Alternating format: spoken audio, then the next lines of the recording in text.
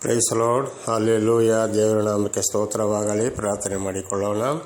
ಸರ್ವ ಸೃಷ್ಟಿಕರ್ತನಾದಂಥ ತಂದೆಯ ದೇವರೇ, ಮಗನ ದೇವರೇ, ಪರಿಶುದ್ಧಾತ್ಮನೇ, ನಿಮ್ಮ ನಾಮಕ್ಕೆ ಸ್ತೋತ್ರ ಸ್ವಾಮಿ.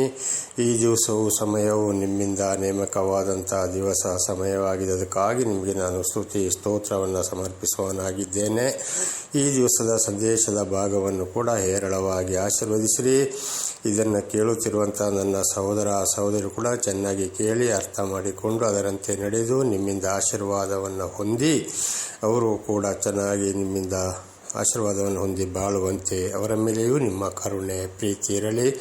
ಹಾಗೆ ಮಾಡುವುದಕ್ಕಾಗಿ ಸ್ತೋತ್ರ. ಯೇಸುವಿನ ನಾಮದಲ್ಲಿ ಪ್ರಾರ್ಥಿಸಿದ್ದೇನೆ, ನಮ್ಮ ತಂದೆ, ಆಮೇನ್. ಇದನ್ನು ಕೇಳುತ್ತಿರುವಂಥ ನನ್ನ ಸಹೋದರ ಸಹೋದರಿಯರೇ, ನಿಮಗೂ ಕೂಡ ನನ್ನ ನಮಸ್ಕಾರಗಳು. ಈ ದಿವಸದ ಸಂದೇಶದ ಭಾಗ ಕೂಡ ಯಾವುದೆಂದರೆ, ದೇವರ ಆಶೀರ್ವಾದಕ್ಕಾಗಿ ದೇವರ ಮಾತಿಗೆ ವಿಧೇಯರಾಗಬೇಕು, ಭಾಗ 3. ದೇವರ ಆಶೀರ್ವಾದಕ್ಕಾಗಿ ದೇವರ ಮಾತಿಗೆ ವಿಧೇಯರಾಗಬೇಕು, ಭಾಗ 3. ವಚನದ ಕಡೆಗೆ ಹೋಗೋಣ. ಮತ್ತಾಯ 3ನೇ ಅಧ್ಯಾಯ 10ನೇ ವಚನ.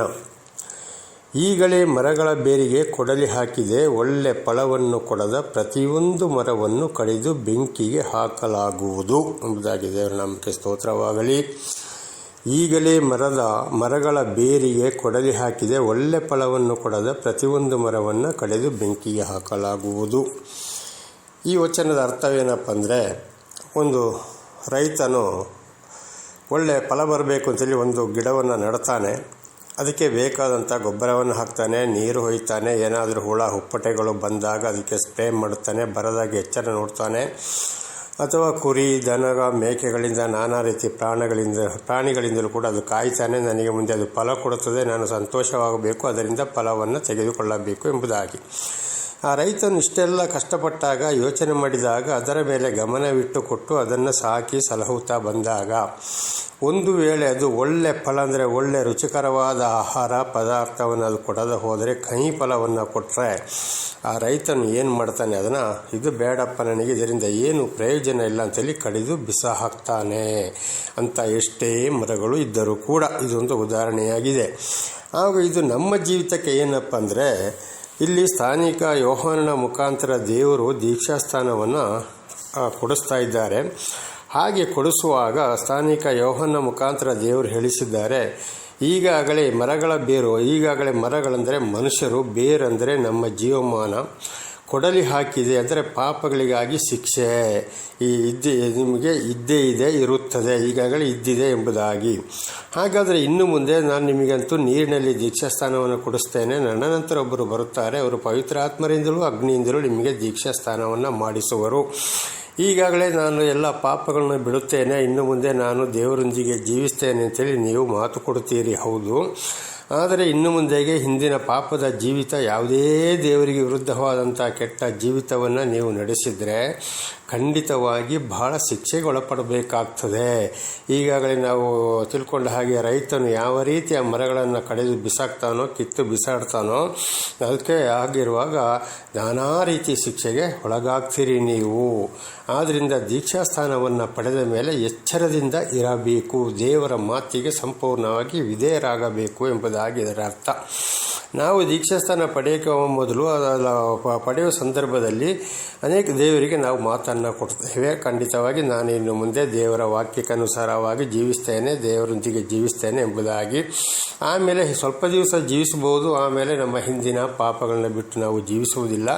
ಈ ಕಡೆ ದೇವರು ಬೇಕು, ಈ ಕಡೆ ದೆವ್ವನೂ ಬೇಕು, ಪ್ರಪಂಚವೂ ಬೇಕು, ಎಲ್ಲ ಬೇಕು ಎಂಬುದಾಗಿ ನಾವು ಜೀವಿಸ್ತಾ ಇರೋದ್ರ ಅನೇಕರನ್ನು ನಾವು ಇವತ್ತು ಕಾಣ್ತಾ ಇದ್ದೇವೆ. ಇವತ್ತು ಅನೇಕರು ಅದೇ ಮಾರ್ಗದಲ್ಲಿ ಜೀವಿಸ್ತಾರೆ.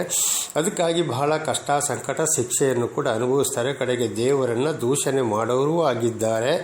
ಇತರರ ಮುಖಾಂತರವು ದೇವರಿಗೆ ಕೆಟ್ಟ ಹೆಸರನ್ನು ಬರುವ ಹಾಗೆ ಮಾಡುತ್ತಿದ್ದಾರೆ.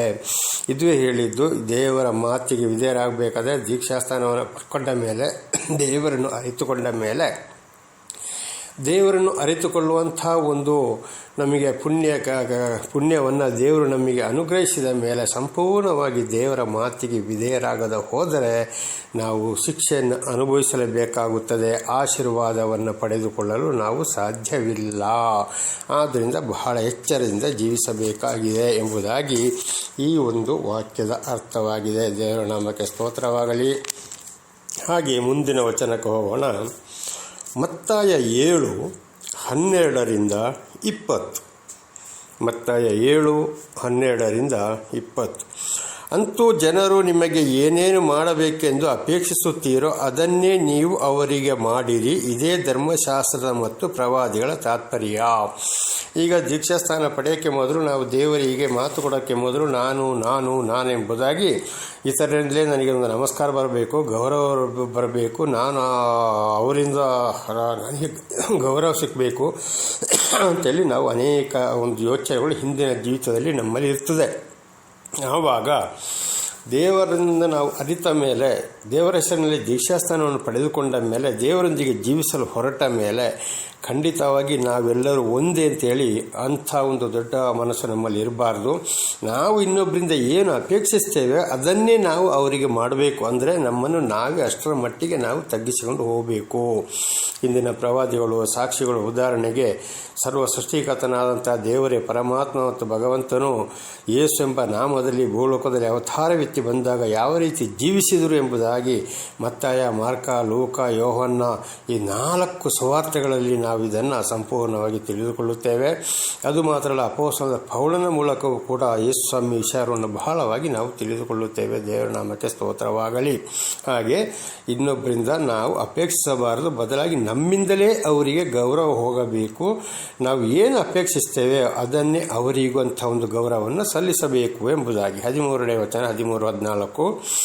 ಇಕ್ಕಟ್ಟಾದ ಬಾಗಿಲಿನಿಂದ ಒಳಕ್ಕೆ ಹೋಗಿರಿ, ನಾಶಕ್ಕೆ ಹೋಗುವ ಬಾಗಿಲು ದೊಡ್ಡದು, ಆ ದಾರಿ ಅಗಲವು, ಅದರಲ್ಲಿ ಹೋಗುವರು ಬಹುಜನ. ನಿತ್ಯ ಜೀವಕ್ಕೆ ಹೋಗುವ ಬಾಗಿಲು ಇಕ್ಕಟ್ಟು, ದಾರಿ ಬಿಕ್ಕಟ್ಟು, ಅದನ್ನು ಕಂಡುಹಿಡಿಯುವರು ಸ್ವಲ್ಪ ಜನ. ಇಕ್ಕಟ್ಟಾದ ಬಾಗಿಲು ಅಂದರೆ ದೇವರೊಂದಿಗೆ ನಾವು ದೀಕ್ಷಾಸ್ಥಾನವನ್ನು ಪಡ್ಕೊಂಡು ದೇವರೊಂದಿಗೆ ಜೀವಿಸಲು ಹೋಗುವಾಗ ಅದಕ್ಕೊಂದು ನಿಯಮವಿದೆ.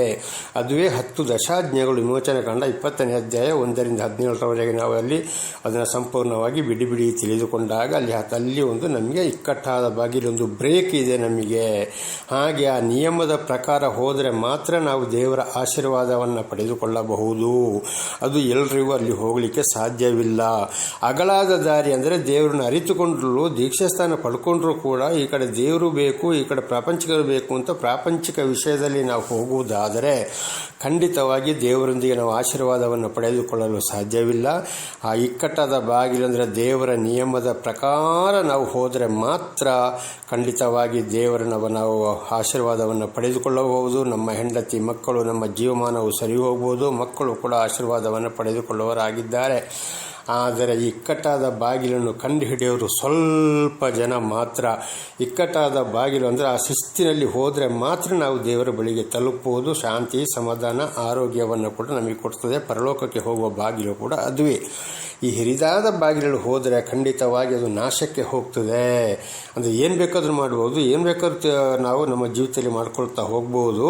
ಆದರೆ ಅದು ನಮ್ಮನ್ನು ನಾಶಕ್ಕೆ ತಗೊಂಡು ಹೋಗ್ತದೆ, ಪಾತಾಳಕ್ಕೆ ತಗೊಂಡು ಹೋಗ್ತದೆ ಎಂಬುದಾಗಿ ಇದರ ಅರ್ಥ.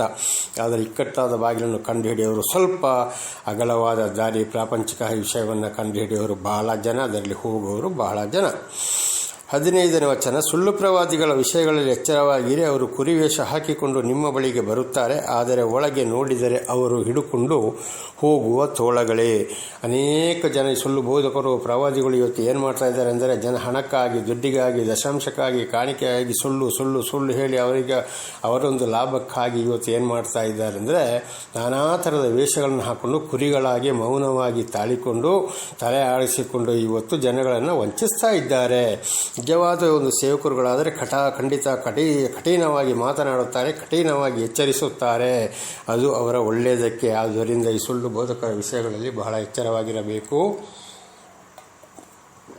ದೇವರ ವಾಕ್ಯವನ್ನು ಕೇಳುವುದು ಮಾತ್ರವಲ್ಲ, ಪರಿಶೋಧನೆ ಮಾಡಿ ಬಹಳ ಎಚ್ಚರದಿಂದ ಜೀವಿಸಬೇಕು. ಸುಳ್ಳು ಬೋಧಕರ ವಿಷಯಗಳಲ್ಲಿ ಜನಗಳನ್ನು ಬಹಳ ಮೋಸಗೊಳಿಸುವವರಾಗಿದ್ದಾರೆ, ಸುಳ್ಳನ್ನು ಮುಚ್ಚಿಡೋರಾಗಿದ್ದಾರೆ. ಮುಂದಿನ ವಚನಕ್ಕೆ ಹೋಗೋಣ. ಅವರ ಫಲಗಳಿಂದ ಅವರನ್ನು ತಿಳಿದುಕೊಳ್ಳುವಿರಿ. ಮುಳ್ಳುಗಿಡಗಳಲ್ಲಿ ದ್ರಾಕ್ಷಿ ಹಣ್ಣುಗಳನ್ನು, ಮದ್ದುಗುಣಿಕೆಗಳಲ್ಲಿ ಅಂಜೂರಗಳನ್ನು ಕೊಯ್ಯುವುದುಂಟೆ. ಅಂದರೆ ಸುಳ್ಳು ಬೋಧಕರು, ಪ್ರವಾದಿಗಳು ಇದ್ದಾರೆ, ಎಚ್ಚರ ಪ್ರವಾದಿಗಳ ವಿಷಯದಲ್ಲಿ ನಾವು ವಾಕ್ಯವನ್ನು ಅವರನ್ನು ಕೇಳುವುದಲ್ಲ, ನಾವು ಓದಿ ಚೆನ್ನಾಗಿ ಅರ್ಥ ಮಾಡಿಕೊಂಡು, ಅಥವಾ ಯಾರು ಸರಿಯಾಗಿ ಬೋಧನೆ ಮಾಡುತ್ತಾರೆ, ಖಂಡಿತ ಎಚ್ಚರಿಸುತ್ತಾ ಇದ್ದಾರೆ, ಖಂಡಿಸ್ತಾ ಇದ್ದಾರೆ ಅಂತ ತಿಳಿದುಕೊಂಡು ಇವರು ನಿಜವಾಗಿ ದೇವರಿಂದ ಆಯ್ಕೆಯಾಗಿದ್ದಾರೆ ಅಥವಾ ಹೊಟ್ಟೆ ತುಂಬಿಸಕ್ಕಾಗಿ ಬಂದಿದ್ದಾರೆ, ಇವರ ಮಾತು ಸರಿಯಾ ತಪ್ಪು, ಅವರು ಹಾಕುವ ಬಟ್ಟೆಗಳಲ್ಲಿ, ಅಲಂಕಾರಗಳಲ್ಲಿ, ಮಾತುಗಳಲ್ಲಿ, ಅವರ ಹೆಂಡತಿ ಮಕ್ಕಳವರ ಜೀವನದಲ್ಲಿ ಕಂಡುಹಿಡಿಯಬೇಕು. ನಿಜವಾಗಿ ಇದರಲ್ಲಿ ಯಾರೆಂಬುದನ್ನು ಕಂಡುಹಿಡಿಯ ಮಾತ್ರ ಸಾಧ್ಯ. ಮುಳ್ಳು ಗಿಡಗಳಲ್ಲಿ ದ್ರಾಕ್ಷಿ ಹಣ್ಣು ನಿಜವಾಗಿ ಮುಳ್ಳು ಗಿಡಗಳು ನಮಗೆ ಸಿಕ್ಕುವುದಿಲ್ಲ. ಹಾಗೆ ಇಂಥವರಿಂದ ಈ ಸುಳ್ಳು ಬೋಧಕರು, ಪ್ರವಾದಿಗಳು ಇವತ್ತು ಮುಳ್ಳು ಗಿಡಗಳಿಗೆ ಸಮಾನವಾಗಿದ್ದಾರೆ. ಅವರಿಂದ ನಾವು ಏನೂ ಒಳ್ಳೆಯದನ್ನು ಪಡೆದುಕೊಳ್ಳಲು ಸಾಧ್ಯವಿಲ್ಲ. ಇವತ್ತು ನೀವು ಏನೇ ಮಾಡಿದರೂ ಕೂಡ ಅವರು ನೈಸಾಗಿ ಬೆನ್ನು ತಟ್ಟಿಕೊಂಡು ಪ್ರಾರ್ಥನೆ ಮಾಡಿಕೊಂಡು ಮಾಡಿದ ಸರಿ, ದೇವರು ಇದ್ದಾರೆ, ಪ್ರಾರ್ಥನೆ ಮಾಡೋಣ ಎಂಬುದಾಗಿ ಹೋಗ್ತಾರೆ. ತಪ್ಪು ರೆಪ್ಪುಗಳನ್ನು ತಿಳಿಸುವುದಿಲ್ಲ, ಖಂಡಿತ ಮಾತನಾಡುವುದಿಲ್ಲ, ಖಂಡಿಸುವುದಿಲ್ಲ. ಹೀಗಿರುವಾಗ ಸುಳ್ಳು ಬೋಧಕರುಗಳು ಏನು ಮಾಡಬೇಕು? ನಾವು ಕಂಡುಹಿಡಿಯಬೇಕು. ಅವರಿಂದ ಒಳ್ಳೆಯದನ್ನು ಪಡೆದುಕೊಳ್ಳಲು ಸಾಧ್ಯವೇ ಇಲ್ಲ. 17ನೇ ವಚನ, ಹಾಗೆಯೇ ಒಳ್ಳೆ ಮರಗಳೆಲ್ಲ ಒಳ್ಳೆ ಫಲವನ್ನು ಕೊಡು, ಹುಳುಕು ಮರವು ಕೆಟ್ಟ ಫಲವನ್ನು ಕೊಡುವುದು.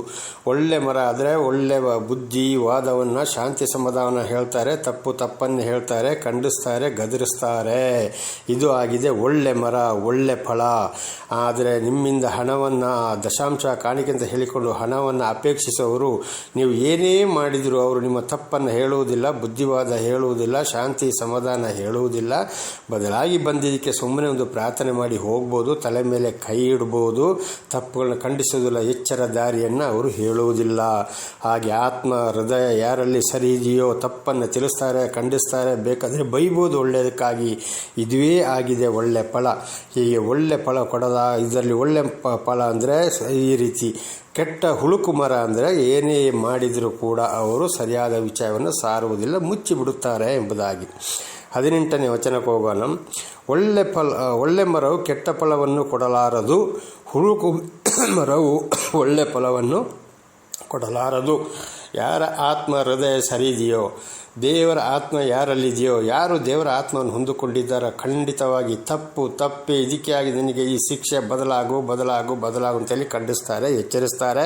ಇದಾಗಿದೆ ಒಳ್ಳೆ ಫಲ. ಅವರ ಬಾಯಿಯಲ್ಲಿ ದಶಾಂಶಕ್ಕಾಗಿ, ಕಾಣಿಕೆಯಾಗಿ, ದುಡ್ಡಿಗಾಗಿ, ತಿಂಡಿಗಾಗಿ, ಬಿರಿಯಾನಿಗಾಗಿ, ಯಾವ ಊಟ, ಯಾವ ಸಭೆ ಎಂಬುದಾಗಿ ಈ ಮಾತುಗಳು ಬರಕ್ಕೆ ಹೋಗಲು ಸಾಧ್ಯವೇ ಇಲ್ಲ. ಅದೇ ಕೆಟ್ಟ ಮನಸ್ಸು, ಕೆಟ್ಟ ಹೃದಯವಾದರೆ ಈ ಪ್ರಾಪಂಚಿಕ ವಿಷಯದಲ್ಲಿ ಅವರು ಗಂಡ, ಹೆಂಡತಿ, ಮಕ್ಕಳ ಬಗ್ಗೆ ಅವರು ಇರುತ್ತಾರೆ. ಅದನ್ನೇ ಇಲ್ಲಿ ಸೂಚಿಸ್ತಾ ಇದೆ. ಆದುದರಿಂದ ಬಹಳ ಎಚ್ಚರ, ಮಾತಿನಿಂದ ತಿಳ್ಕೊಳ್ಳಿ.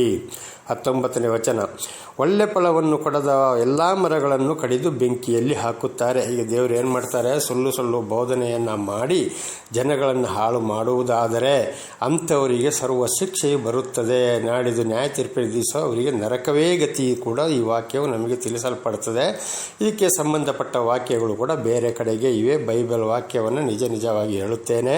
ನಾನು ಒಂದು ವೇಳೆ ತಪ್ಪಾಗಿ ಸುಳ್ಳು ಬೋಧನೆ ಮಾಡಿದರೆ ನನಗೂ ಕೂಡ ಸರಿಯಾದ ಶಿಕ್ಷೆಯನ್ನು ನಾನು ದೇವರಿಂದ ಅನುಗ್ರಹಿಸಬೇಕಾಗ್ತದೆ ನನ್ನ ಸಹೋದರ ಸಹೋದರರೇ. ಆದ್ದರಿಂದ ಈ ಒಂದು ಯೂಟ್ಯೂಬಿನ ಜೀವದ ಬೆಳಕೆಂಬ ಯೂಟ್ಯೂಬಿನ ವಿಷಯದಲ್ಲಿ ಯಾವುದೇ ಅನುಮಾನಿಸು ಯೋಚನೆ ಮಾಡಬೇಡಿರಿ. ಬೈಬಲ್ ಮುಂದೆ ಕೂತುಕೊಂಡು ಬೈಬಲ್ ಮುಟ್ಟಿಕೊಂಡೇ ನಾನು ನಿಮಗೆ ಮಾತುಗಳನ್ನು ಕೊಡವನಾಗಿದ್ದೇನೆ. ದೇವರ ನಾಮಕ್ಕೆ ಸ್ತೋತ್ರವಾಗಲಿ. ಹಲ್ಲೆಲೂಯಾ. ಹಾಗೆ ಇವತ್ತು ದೇವರ ವಿಷಯವನ್ನು ಹೇಳಿಕೊಂಡು ನಾವು ಸೇವಕರುಗಳು ಅಂತ ಹೇಳಿಕೊಂಡು ನಾನಾ ರೀತಿ ಅವರ ಒಂದು ಹಣಾಶೆಗಾಗಿ, ದ್ರವ್ಯಾಶೆಗಾಗಿ ಒಳಪಟ್ಟು ಕೆಟ್ಟದಾಗಿ ಜನಗಳನ್ನು ನಡೆಸಿದರೆ ಖಂಡಿತವಾಗಿ ಅಂಥವರು ದೇವರಿಂದ ಬಹಳ ಶಿಕ್ಷೆಯನ್ನು ಅನುಭವಿಸ್ತಾರೆ. ದೊಡ್ಡ ಕಾಯಿಲೆಗಳು ನಾನಾ ಥರದಲ್ಲಿ ಹಾಗೆ ನಾನಾ ರೀತಿ ಇದನ್ನು ನಾವು ವಿಮೋಚನಾ ಕಾಂಡದಲ್ಲಿ ಕೂಡ ಹಿಂದಿನ ಸಂದೇಶದಲ್ಲಿ ಬಹಳ ನಾವು ತಿಳಿದುಕೊಂಡಿದ್ದೇವೆ. ಈಗಲೂ ಅನೇಕ ಸೇವಕರುಗಳನ್ನು ನಾವು ಕಾಣ್ತಾ ಇದ್ದೇವೆ. ಈ ಲೋಕದಲ್ಲಿ ಜೀವಿಸುವಾಗ ಸಾಧಾರಣ ಚಳಿ, ಜ್ವರ ಸಾಧಾರಣ ಬರುವುದು ಸಹಜ, ಪ್ರಕೃತಿ ನಿಯಮ. ಆದರೆ ದೊಡ್ಡ ಗುಣವಾಗದಂಥ ಬಹಳ ಘೋರ ವ್ಯಾಧಿ ಬರುವುದೇ ದೇವರಿಂದ ಶಾಪ. ಕಾರಣ ಸುಳ್ಳು ಹೇಳಿ ಅವರೊಂದು ಲಾಭಕ್ಕಾಗಿ, ತಿನ್ನುವುದಕ್ಕಾಗಿ, ಕುಡಿಯುವುದಕ್ಕಾಗಿ, ಹಣ ಸಂಪಾದನೆಗಾಗಿ ಅವರು ಇವತ್ತು ಸೇವಕರು ಅಂತ ಹೇಳಿಕೊಂಡು ಸುಳ್ಳು ಮಾಡಿ ಜನಗಳನ್ನು ವಂಚಿಸುವುದೇ ಆಗಿದೆ. ಕೆಟ್ಟ ಮರ, ಕೆಟ್ಟ ಫಲ ಇದನ್ನು ಕಡಿದು ಬೆಂಕಿ. ಈ ಲೋಕದಲ್ಲಿ ಜೀವಿಸುವಾಗಲೂ ಕೂಡ ಅವರಿಗೆ ಶಾಂತಿ, ಸಮಾಧಾನ, ನೆಮ್ಮದಿ ಇರುವುದಿಲ್ಲ. ನ್ಯಾಯ ತೀರ್ಪಿನ ದಿವಸ ಕೂಡ ಅವರು ನೇರವಾಗಿ ನರಕಕ್ಕೆ ಹೋಗುತ್ತಾರೆಂಬುದಾಗಿ ನಮಗೆ ವಚನಗಳು ಸ್ಪಷ್ಟವಾಗಿ ತಿಳಿದುಕೊಳ್ಳುತ್ತದೆ. ಇದರ ಬಗ್ಗೆ ನಾವು ಈ ವಚನಗಳನ್ನು, ಇದರ ವಾಕ್ಯಗಳನ್ನು ನಾಳೆ ತಿಳಿದುಕೊಳ್ಳಬಹುದು. 13ನೇ ವಚನ, ಹೀಗಿರಲಾಗಿ ಅವರ ಫಲಗಳಿಂದ ಅವರನ್ನು ತಿಳಿದುಕೊಳ್ಳುವಿರಿ. ಇವರು ನಿಜವಾಗಿ ದೇವರಿಂದ ಆಯ್ಕೆಯಾಗಿದ್ದಾರಾ? ದೇವರ ಸೇವಕರುಗಳ? ಒಳ್ಳೆ ಫಲ ಕೊಡ್ತಾರಾ? ಕೆಟ್ಟ ಮರ ಕೊಡ್ತಾರಾ? ದೇವ್ರ ಕಡೆಗೆ ನಡೆಸ್ತಾರಾ? ಸೈತಾನ ಕಡೆಗೆ ನಡೆಸ್ತಾರಾ? ಅಥವಾ ಇವರ ಒಂದು ಉಪಯೋಗಕ್ಕಾಗಿ ಇವರು ನಮ್ಮನ್ನು ಉಪಯೋಗಿಸ್ಕೊಳ್ತಾರಾ ಎಂಬುದಾಗಿ ಅವರು ನಡೆ, ನುಡಿ, ಕ್ರಿಯೆ, ಮಾತು, ಬೋಧನೆಗಳಿಂದ ಸಂಪೂರ್ಣವಾಗಿ ತಿಳಿದುಕೊಂಡು ಅರ್ಥ ಮಾಡಿಕೊಳ್ಳಿರಿ. ನನ್ನ ಸಹೋದರ ಸಹೋದರಿಯರೇ, ಅವರು ಟಿ ವಿಯಲ್ಲಿ ಬರ್ಬೋದು, ಯೂಟ್ಯೂಬಲ್ಲಿ ಬರ್ಬೋದು, ಅಥವಾ ಇವತ್ತು ಪಾಂಪ್ಲೆಟ್ಸ್ ಪ್ರಿಂಟ್ ಮಾಡಿ ನಾನಾ ಥರದಲ್ಲಿ ಹಂಚಿಕೊಂಡು ಹೋಗಬಹುದು. ಬಹಳ ಬೋಧನೆ ಮಾಡಬಹುದು, ಬೇರೆಯವ್ರನ್ನ ಅಲ್ಲಿಂದ ಕರೆಸ್ಬೋದು, ಇಲ್ಲಿಂದ ಕರೆಸ್ಬಾರ್ದು, ಅಂಥವ್ರು ಬರ್ತಾರೆ, ಇಂಥವ್ರಿಂದ ಬರ್ತಾರೆ, ಅವರು ಪ್ರವಾದಿಗಳು, ಸತ್ತವರನ್ನು ಬದುಕಿಸ್ತಾರೆ, ಪ್ರಾರ್ಥನೆ ಮಾಡ್ತಾರೆ, ಖಂಡಿತವಾಗಿ ನಿಮ್ಮೆಲ್ಲ ಕಾರ್ಯಗಳು ಬಿಡುಗಡೆ ಆಗ್ತವೆ ಎಂಬುದಾಗಿ ಕರೆಯೋರು ಬಹಳ ಜನ ಇದ್ದಾರೆ. ಬಹಳ ಎಚ್ಚರವಿರಿ ನನ್ನ ಸಹೋದರ ಸಹೋದರಿಯರೇ. ನಿಜವಾಗಿಯೂ ಖಂಡಿತವಾಗಿ ಅವ್ರು ಹೇಳೋದು ಮಾತ್ರ ಅಲ್ಲ, ದೇವರ ವಾಕ್ಯವನ್ನು ನೀವು ಕೂಡ ಚೆನ್ನಾಗಿ ಓದಿಕೊಂಡು ಅರ್ಥ ಮಾಡಿಕೊಳ್ಳದಿದ್ದರೆ ಬಹಳ ಕಷ್ಟವಿದೆ.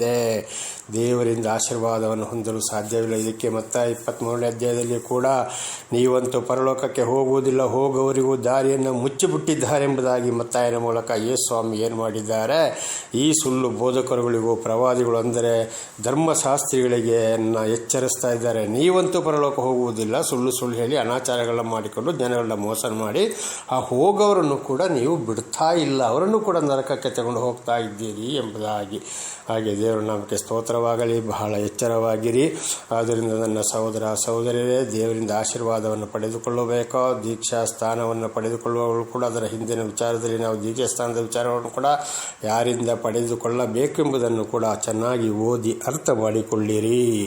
ಹಾಗೆ ಸರಿಯಾಗಿ ಅರ್ಥ ಮಾಡಿಕೊಂಡು ದೇವರ ವಾಕ್ಯಕ್ಕೆ ಸರಿಯಾಗಿ ವಿಧೇಯರಾಗಿ ಜೀವಿಸಿದರೆ ಮಾತ್ರ ದೇವರಿಂದ ಆಶೀರ್ವಾದವನ್ನು ಹೊಂದಿಕೊಳ್ಳಬಹುದು. ಇಲ್ಲದೆ ಖಂಡಿತವಾಗಿಯೂ ಆಶೀರ್ವಾದವನ್ನು ಹೊಂದಿಕೊಳ್ಳಲು ಸಾಧ್ಯವಿಲ್ಲ. ಪ್ರಾರ್ಥನೆ ಮಾಡಿಕೊಳ್ಳೋಣ. ಸರ್ವ ಸೃಷ್ಟಿಕರ್ತನಾದಂಥ ತಂದೆ, ಮಗ, ಪರಿಶುದ್ಧನಾದಂಥ ತ್ರಿಯೇಕ ದೇವರೇ, ನಿಮ್ಮ ಪರಿಶುದ್ಧ ನಾಮಕ್ಕೆ ಸ್ತೋತ್ರವಾಗಲಿ ಸ್ವಾಮಿ. ಈ ಒಂದು 3ನೇ ಭಾಗವನ್ನು ಕೂಡ ನನ್ನ ಸಹೋದರ ಸಹೋದರಿಗೆ ತಿಳಿಸಲು ನೀವು ಆಶೀರ್ವಾದ ಮಾಡಿದ್ದೀರಿ, ಅದಕ್ಕಾಗಿ ಸ್ತೋತ್ರ. ಇದರಲ್ಲಿ ಏನಾದರೂ ತಪ್ಪಿ ಹೋಗಿದ್ದರೆ ಅವರನ್ನು ಕೂಡ ಕ್ಷಮಿಸಿ, ಮುಂದೆ ಸರಿಯಾಗಿ ನಿಮ್ಮ ವಾಕ್ಯವನ್ನು ಅರ್ಥ ಮಾಡಿ ಜೀವಿಸಿ ನಿಮ್ಮಿಂದ ಆಶೀರ್ವಾದವನ್ನು ಹೊಂದಿ ಅವರು ಜೀವಿಸುವಂತೆ, ಅವರ ಮಕ್ಕಳು ಕೂಡ ನಿಮ್ಮ ಆಶೀರ್ವಾದವನ್ನು ಹೊಂದಿ ಜೀವಿಸುವಂತಾಗಲಿ ಸ್ವಾಮಿ. ಆ ರೀತಿ ಮಾಡೋದಕ್ಕಾಗಿ ನಿಮಗೆ ಸ್ತೋತ್ರ. ನಿಮ್ಮೆಲ್ಲ ಉಪಕರಣಗಳಿಗಾಗಿ ಕೃತಜ್ಞತಾ ವಂದನೆಗಳು. ಯೇಸುವಿನ ನಾಮದಲ್ಲಿ ಪ್ರಾರ್ಥಿಸಿದ್ದೇನೆ ನಮ್ಮ ತಂದೆ, ಆಮೇನ್. ಇದನ್ನು ಕೇಳುತ್ತಿರುವ ನನ್ನ ಸಹೋದರ ಸಹೋದರಿಯರೇ, ನಿಮಗೂ ನನ್ನ ಧನ್ಯವಾದಗಳು.